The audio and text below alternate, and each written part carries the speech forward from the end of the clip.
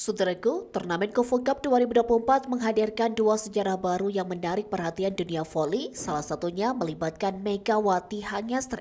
Turnamen pramusim ini berlangsung menjelang dimulainya Liga Voli Korea 2024-2025 dan menjadi ajang penting bagi perkenalan regulasi baru berupa kartu hijau. Turnamen ini dimulai pada 29 September untuk sektor putri dan akan mencapai puncaknya dengan grand final pada 6 Oktober. Sebanyak 8 tim berpartisipasi dalam Kofo Cup 2024. Megawati yang memperkuat Daejeon Jeoja Respak tergabung dalam grup B bersama Hwasong Ibika Altos, Incheon Hukuk Live Pink Spider, serta satu klub undangan asal Jepang Aran Mare Prestige Yamagata. Sementara itu grup A dihuni oleh Hyundai Hillstead, GS Caltex, Expressway Hypass, dan AI Papers. Dua tim teratas dari masing-masing grup akan melaju ke babak semifinal untuk memperebutkan tiket ke final.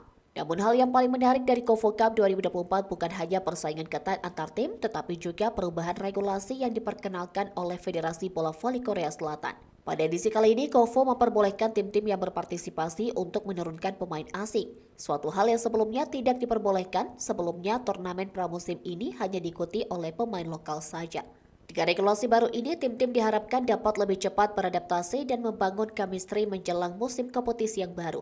Megawati Hangestri yang dikenal dengan julukan Megatron ikut mencetak sejarah karena menjadi pemain Indonesia pertama yang tampil di Kofo Cup. Kehadirannya di turnamen ini menambah daya tarik terutama karena ia merupakan salah satu pemain andalan Daejeon Jeoja Respak. Sejarah kedua yang tercipta di Kofo Cup 2024 adalah diperkenalkannya kartu hijau atau green card. Dilaporkan oleh media Korea Selatan, Never, kartu hijau ini merupakan simbol penghargaan kepada pemain yang menunjukkan sikap fair play dan sportivitas dalam pertandingan. Namun berbeda dengan kartu kuning atau merah yang diberikan wasit saat pertandingan berlangsung, kartu hijau baru akan diberikan setelah peluit akhir berbunyi.